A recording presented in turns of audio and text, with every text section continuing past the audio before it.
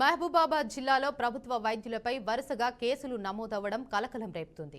ప్రముఖ పిల్లల వైద్యుడు డాక్టర్ స్వామిపై లైంగిక వేధింపుల కేసు బంజారాహిల్స్ పోలీస్ స్టేషన్లో నమోదైంది. మరో వైద్యుడిపై నిబంధనలకు విరుద్ధంగా అబార్షన్ నిర్వహించినట్లు కేసు నమోదు చేశారు. ఒకే నెలలో ఇద్దరు ప్రభుత్వ డాక్టర్లపై కేసులు రావడంతో ఉమ్మడి వరంగల్ జిల్లాలో ఈ వ్యవహారం చర్చనీయాంశంగా మారింది.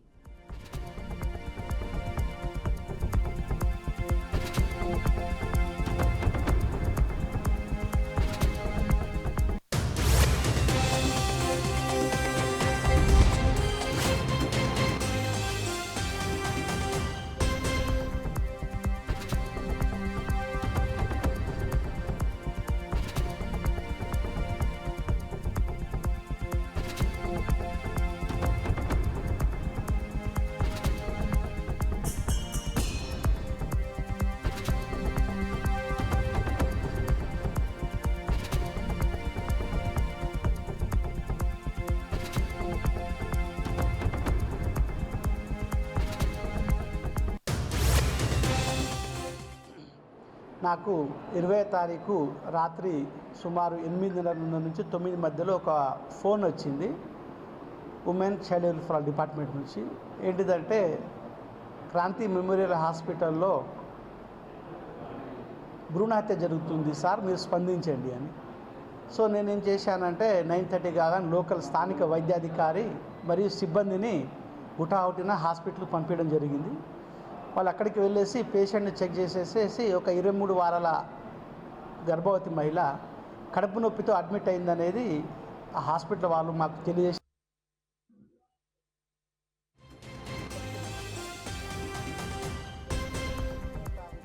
రాత్రి సుమారు 8:30 నుంచి 9 మధ్యలో ఒక ఫోన్ వచ్చింది ఉమెన్ చైల్డ్ వెల్ఫేర్ డిపార్ట్మెంట్ నుంచి. ఏంటిదంటే క్రాంతి మెమోరియల్ హాస్పిటల్లో భ్రూణహత్య జరుగుతుంది సార్, మీరు స్పందించండి అని. సో నేనేం చేశానంటే 9:30 కాగా లోకల్ స్థానిక వైద్యాధికారి మరియు సిబ్బందిని హుటాహుటిన హాస్పిటల్కి పంపించడం జరిగింది. వాళ్ళు అక్కడికి వెళ్ళేసి పేషెంట్ని చెక్ చేసేసి ఒక 23 వారాల గర్భవతి మహిళ కడుపు నొప్పితో అడ్మిట్ అయిందనేది ఆ హాస్పిటల్ వాళ్ళు మాకు తెలియజేసిన వివరాలు. 23 వారాల మహిళ కడుపు నొప్పితో హాస్పిటల్ అడ్మిట్ అయినప్పుడు మీరేం చేస్తున్నారంటే మేము కడుపు నొప్పితో వచ్చినప్పుడు ఫస్ట్ ఎయిడ్ ట్రీట్మెంట్ చేశామని వాళ్ళు చెప్పారు. సో మాకెందుకో డౌట్ వస్తుంది, ఇది కడుపు నొప్పి కాదు ఇంకేమైనా వేరే ప్రాబ్లమ్స్ ఉండొచ్చు అని డౌట్ వస్తుంది. కాబట్టి మేము పేషెంట్ మా కస్టడీలో తీసుకొని పేషెంట్ని ఇమీడియట్గా 108 సహకారంతో government hospital, district hospital and medical college హాస్పిటల్కి షిఫ్ట్ చేశాము. 20వ తారీఖు రాత్రి 11:30 టైంలో షిఫ్ట్ చేశాము. షిఫ్ట్ చేసేస్తే 21వ తారీఖు ఉదయం 9:30కు 23 వారాల పిండం బయటికి వచ్చింది. అది మహిళా పిండంగా గుర్తించాము, ఫిమేల్ గుర్తించేసేసి ఒక 1/2 kg బరువుతోటి ఒక పిండం బయటికి వచ్చింది. ఆ పిండాన్ని ఇమ్మీడియట్గా తీసుకువెళ్ళేసి సిక్ నియోనటల్ కేర్ యూనిట్ అని ఉంటుంది మాకు. ఆ యూనిట్లో ఆ పిండాన్ని అంటే 23 వారాల బేబీని లోపల ట్రీట్మెంట్ చేస్తున్నాము. అలాగే మదర్ను కూడా ట్రీట్మెంట్ చేసేసి మదర్ను కూడా ఎలాంటి వైద్యపరంగా అంటే ఆరోగ్య సమస్యలు రాకుండా నిపుణుల బృందం వాళ్ళ పర్యవేక్షణలో ట్రీట్మెంట్ జరుగుతుంది. అలాగే ఆ పుట్టిన బేబీ 23 వారాల బేబీని కూడా ట్రీట్మెంట్ జరుగుతుంది. దీని తర్వాత మేమేం చేసామంటే వాళ్ళ భర్తను పేషెంట్ వాళ్ళ వాంగ్మూలం తీసుకొని అసలు తెలంగాణ బీజేపీ ఎంపీలపై మాజీ మంత్రి హరీష్ రావు తీవ్ర స్థాయిలో మండిపడ్డారు. బీజేపీ తెలంగాణ పట్ల వివక్ష చూపుతోందన్నారు. 8 మంది బీజేపీ ఎంపీలను తెలంగాణ ప్రజలు గెలిపిస్తే రాష్ట్రానికి చేసిందేమీ లేదన్నారు. తెలంగాణ నుండి 2 కేంద్ర మంత్రులు ఉండి కూడా ₹1 తీసుకురావడం లేదన్నారు. ఆంధ్రప్రదేశ్లో ప్రాజెక్టుల నిర్మాణానికి 1,60,000 కోట్లు కేంద్రం ఇచ్చిందని, తెలంగాణకు అందులో 1% కూడా ఎందుకు ఇవ్వడం లేదని మండిపడ్డారు. మరి భారతదేశ అభివృద్ధిలో తెలంగాణ భాగస్వామ్యం లేదా? ఎందుకు తెలంగాణ పట్ల బీజేపీకి ఇంత కక్ష అని నేను అడుగుతా ఉన్నా. ఎందుకు బీజేపీ తెలంగాణ మీద పగబట్టింది అని నేను అడుగుతా ఉన్నా. ఇవాళ మీరు పోలవరం జాతీయ ప్రాజెక్ట్ ఇచ్చారు ఆంధ్రప్రదేశ్ కు, సంతోషం, వి వెల్కమ్. మాకేం జలసీ లేదు. మాకెందుకు జాతీయ ప్రాజెక్ట్ ఇవ్వరు? మా పాలమూరు ఎత్తిపోతల పథకానికి ఎందుకు ఇవ్వరు? మా కాళేశ్వరంకి ఎందుకు ఇవ్వరు? మా సీతారామ ప్రాజెక్టుకి ఎందుకు ఇవ్వరు? ఆంధ్రప్రదేశ్ కి ఆల్రెడీ పోలవరం జాతీయ ప్రాజెక్ట్ ఇచ్చారు. ఇప్పుడు రెండవది గోదావరి బండ్కచెర్లకు కూడా 80,000 కోట్ల రూపాయలు ఇస్తామంటున్నారు. దానికి 80,000 ఇస్తారు, పోలవరంకు 80,000 కోట్లు, దాదాపు 80,000 దాటుతుంది పోలవరం కూడా. అంటే 1,60,000 కోట్ల రూపాయలు ప్రాజెక్టుల నిర్మాణానికి ఆంధ్రప్రదేశ్కు సమకూరుస్తున్నారు. అందులో ఒక పై సంబంధమన్న తెలంగాణకి ఇచ్చారా? 1%, 1,600 కోట్లని ఇచ్చారా అని అడుగుతా ఉన్నా నేను. ఇయ్యనప్పుడు 8 ఎంపీలు బీజేపీ గెలిచి ఏం ప్రయోజనం? 2 కేంద్ర మంత్రులు ఈ రాష్ట్రం నుంచి ఉండి ఏం ప్రయోజనం? మీరున్నది పదవులు అనుభవించడానికా, ప్రజలకు సేవ చేయడానికా? ఈ రాష్ట్ర హక్కులు కాపాడు.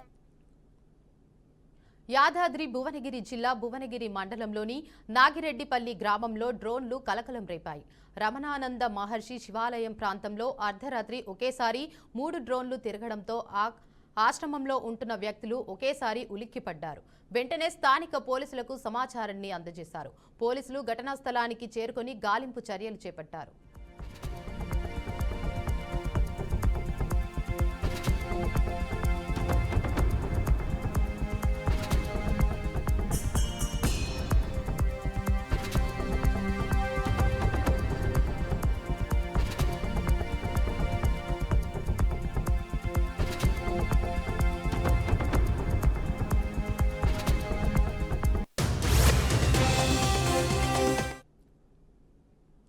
ఎన్టీఆర్ జిల్లా కంచికచర్ల మండలంలో శాంతి భద్రతలు పర్యవేక్షణలో డ్రోన్ ఎంతో దోహదపడుతుందని అసాంఘిక కార్యక్రమాలపై డ్రోన్ ద్వారా నిఘా ఏర్పాటు చేశారు.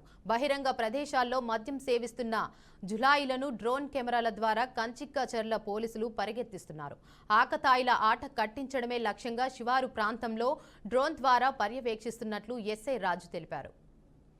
కంచిచర్ల పోలీస్ స్టేషన్ పరిధిలో, అదేవిధంగా కంచిచర్ల మండలం పరిధిలో మా యొక్క సిపి గారి యొక్క రాజశేఖర్ బాబు గారి యొక్క ఆదేశాల ప్రకారం ఇల్లీగల్ యాక్టివిటీస్, అదేవిధంగా ఓపెన్ డ్రింకింగ్, అదేవిధంగా ర్యాగింగ్, కాలేజీలు, టౌన్ పరిసర ప్రాంతాల్లో కూడా ఎటువంటి అనుచిత క్రియలు అనేవి ఆటంకాలు జరుగుతున్న వాటిని నిర్మూలించడం కోసము మా సిపి గారు అనే ఒక వ్యవస్థను తీసుకురావడం జరిగింది. ఈ డ్రోన్ ద్వారా ఓపెన్ డ్రింక్స్ ప్లేస్లను గుర్తించడం, అదేవిధంగా వాటికి ఆ డ్రోన్కి ఒక కోఆర్డినేట్స్, జియో కోఆర్డినేట్స్ ఇచ్చి ఆ ప్లేస్లకి పంపించిన వెంటనే అక్కడ ఎవరన్నా తప్పుడు కార్యక్రమాలు ఏమైనా చేస్తుంటే వెంటనే ఆ డ్రోన్ యొక్క బిజినెస్ ద్వారా, ఆ కోఆర్డినేట్స్ ద్వారా వెంటనే అక్కడికి పోలీస్ సిబ్బందిని పంపించి ఆ క్రియలను మేము అంతమొంచడానికి చాలా ప్రయత్నాలు చేస్తున్నాము.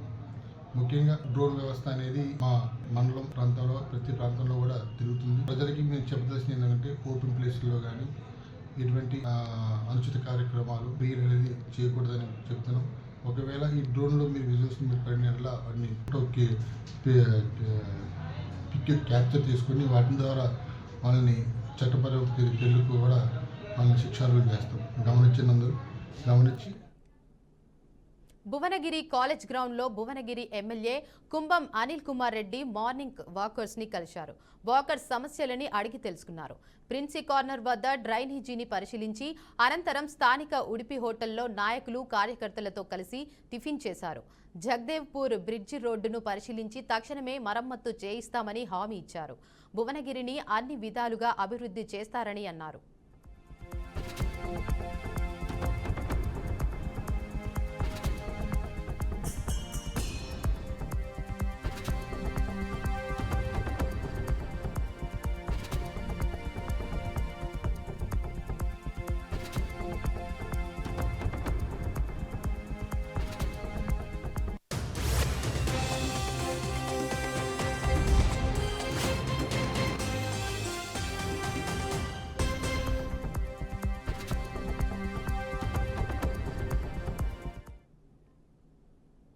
భారీ వర్షాలకు ఢిల్లీ అతలాకుతలమైంది. జనజీవనం అస్తవ్యస్తంగా మారింది. రాత్రి కురిసిన వర్షానికి ఫజియాబాద్లోని పోలీస్ స్టేషన్ కూలిపోయింది. శిథిలాల కింద చిక్కుకుని ఎస్ఐ దుర్మరణం పాలయ్యారు. ఏసీపీ అంకుర్ నిహార్ ఆఫీస్లో వీరేంద్ర మిశ్రా ఎస్ఐగా విధులు నిర్వహిస్తున్నారు. రాత్రి భారీ వర్షం పెనుగాలులకు స్టేషన్ పైకప్పు కుప్పకూలింది. వర్షం కారణంగా స్టేషన్లోనే ఉండిపోయిన మిశ్రా ఈ దుర్ఘటనలో ప్రాణాలు కోల్పోయారు. శిథిలాలు మీద పడటంతో తీవ్ర గాయాలపై మిశ్రా మరణించారని పోలీసులు ఉన్నతాధికారులు తెలిపారు. ఢిల్లీలో శనివారం రాత్రి 11 గంటల నుంచి ఉదయం 5:30 వరకు 81.2 మిల్లీమీటర్ల భారీ వర్షం కురిసింది. దీంతో Motibagh, Minto Road, Deen Dayal Upadhyay Marg, Delhi Cantonment తదితర ప్రాంతాలు జలమయమయ్యాయి.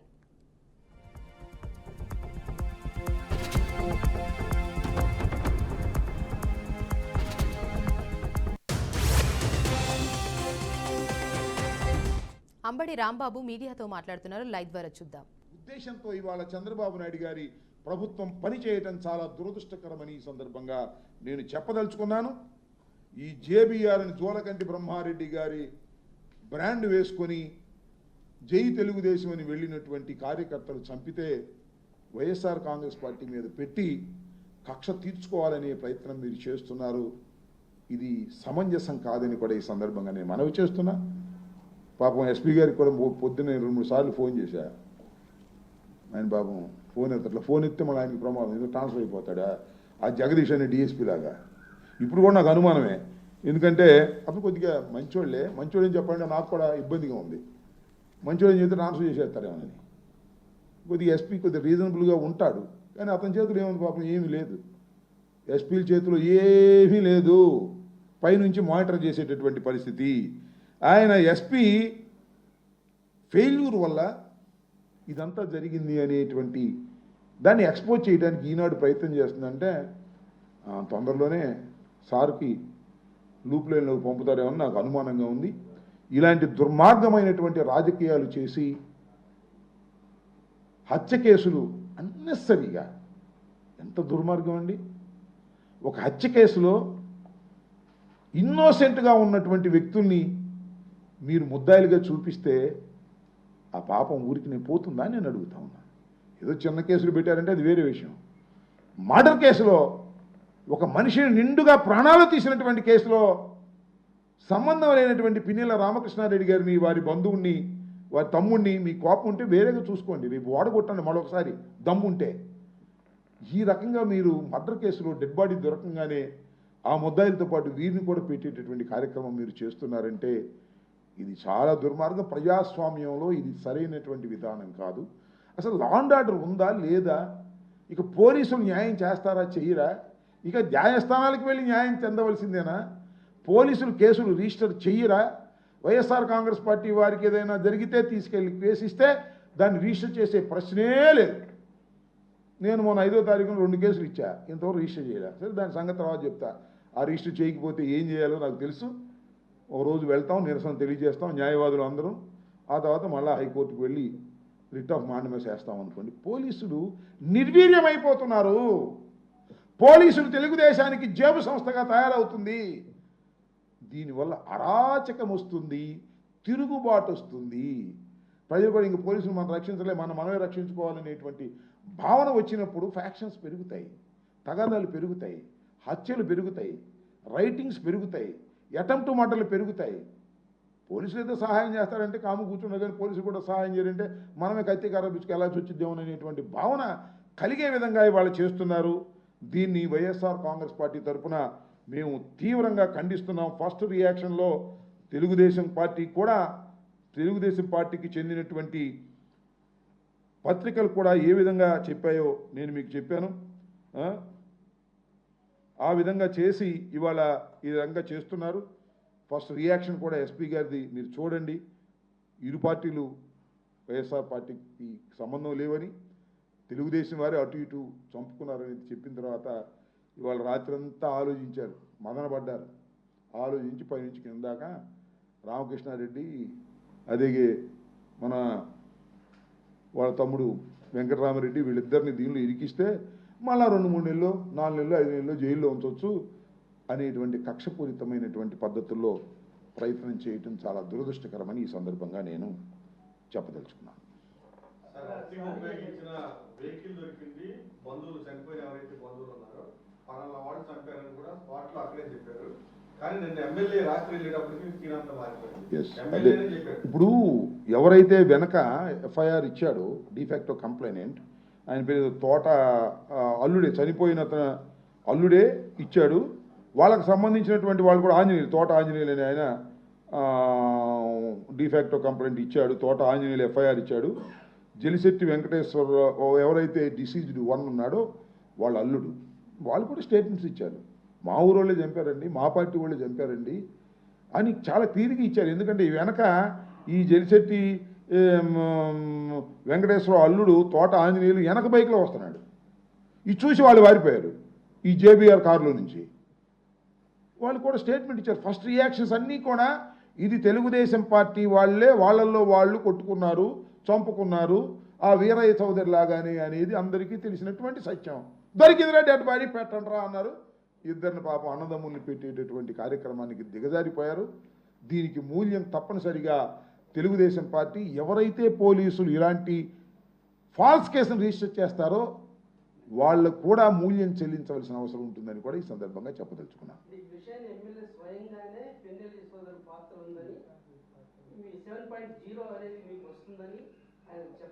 అదే ఎమ్మెల్యే గారి ప్రోద్బలంతో, ఈ జేబీఆర్ గారి ప్రోద్బలంతోనే ఈ కేసుని పెట్టారు.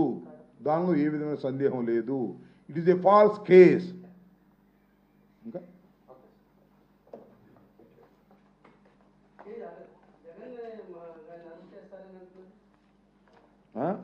జగన్ గారిని అరెస్ట్ చేస్తారని అంటానే ఉన్నారుగా. జగన్ గారు చెప్పాడుగా, ఏమని, నేను విజయవాడలోనే ఉన్నాను, వెల్కమ్ అన్నాడు కదా. జగన్ గారిని అరెస్ట్ చేస్తారని అంటున్నారు. జగన్ గారికి అరెస్ట్ కావటం జగన్ గారి కొత్త ఏం కాదుగా. జగన్ గారు 16 మాసాలు జైల్లో ఉన్నాడుగా. జగన్ గారిని అరెస్ట్ చేస్తారు, పిన్నెల్లి రామకృష్ణారెడ్డిని అరెస్ట్ చేస్తారు, వాళ్ళ తమ్ముడిని అరెస్ట్ చేస్తారు. కాంగ్రెస్ వాళ్ళు వైఎస్ఆర్ కాంగ్రెస్ పార్టీ మొత్తాన్ని అరెస్ట్ చేసి జైల్లో పెట్టి బాబు కొడుకులు ఇద్దరు రాజ్యం వెలుగుందాం అనుకుంటున్నారు. చూద్దాం దాని సంగతి ఏంటో, పెట్టమని చూద్దాం. మనం ఏం చేస్తాం? పోలీసులు వాళ్ళు చెప్పినట్టు వింటున్నారు, లోపలేస్తున్నారు, బెయిల్కి అప్లై చేసుకుంటున్నాం. బెయిల్ వచ్చిన వాళ్ళు బయటకు వస్తున్నారు. రామకృష్ణారెడ్డి పాపం 2 మాసాలు జైల్లో ఉండి బయటకు వచ్చాడుగా. అయితే కక్ష తీరలా, మళ్ళీ ఏం లోపల అన్నా. అది పరిస్థితి. ఓకే, చెప్పాగా మొన్న, నువ్వు రాంబాబు గారిని అరెస్ట్ చేయట్లేదంటావు, లేకపోతే పవన్ కళ్యాణ్ గారు అట్లా అన్నాడు ఇట్లా అన్నాడు అంటే నేనేం చెప్పను సమాధానం? అర్థమైందా? ఏపీలో భారీ వర్షాలు కురిసే అవకాశం ఉందని వాతావరణ శాఖ హెచ్చరించింది. బంగాళాఖాతంలో ఏర్పడిన అల్పపీడనం ప్రభావంతో 3 రోజుల పాటు వర్షాలు కురిసే అవకాశం ఉందని తెలిపింది. తీరం వెంబడి 40 నుండి 50 కిలోమీటర్ల వేగంతో ఈదురుగాలులు వీచే అవకాశం ఉందని హెచ్చరించింది. ఈ రోజు అనకాపల్లి, కాకినాడ, తూర్పు గోదావరి, కర్నూలు, నంద్యాల జిల్లాల్లో వర్షం కురిసే అవకాశం ఉందని తెలిపింది. అదేవిధంగా రేపు శ్రీకాకుళం, ఏలూరు, ఎన్టీఆర్, పల్నాడు, గుంటూరు, ప్రకాశం, కర్నూలు, అనంతపూర్, సత్యసాయి, అన్నమయ్య, చిత్తూరు, తిరుపతి జిల్లాల్లో పిడుగులతో కూడిన భారీ వర్షాలు కురిసే అవకాశం ఉందని హెచ్చరించింది. ఇక ఈ ఏడాది ఎండాకాలంలోనే ఎండలతో పాటు భారీ వర్షాలు కురుస్తున్న సంగతి తెలిసిందే. అంతేకాకుండా తెలుగు రాష్ట్రాల్లో పిడుగులు పాటు ఘటనలు సైతం చోటు చేసుకుని ఎంతో మంది ప్రాణాలు కోల్పోతున్నారు.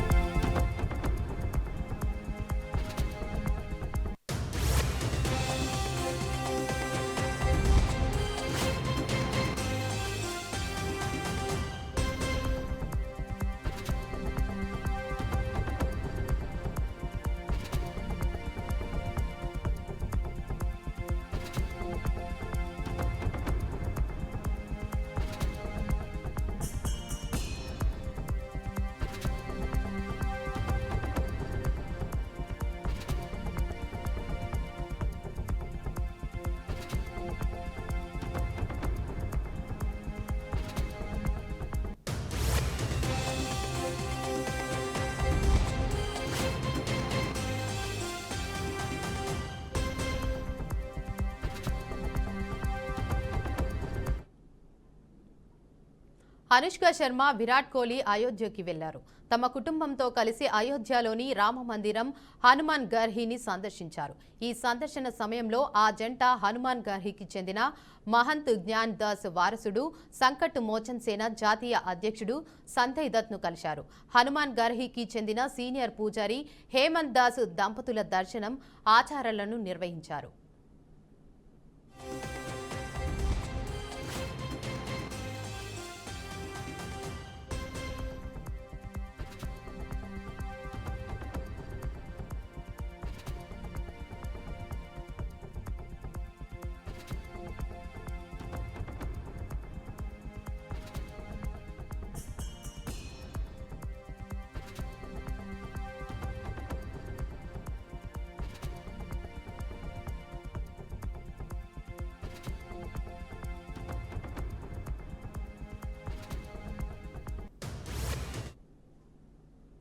ఇవి ఇప్పటివరకున్న బులెటిన్ అప్డేట్స్ చూస్తూనే ఉండండి బీఆర్కే న్యూస్ తెలుగుడి సత్తా.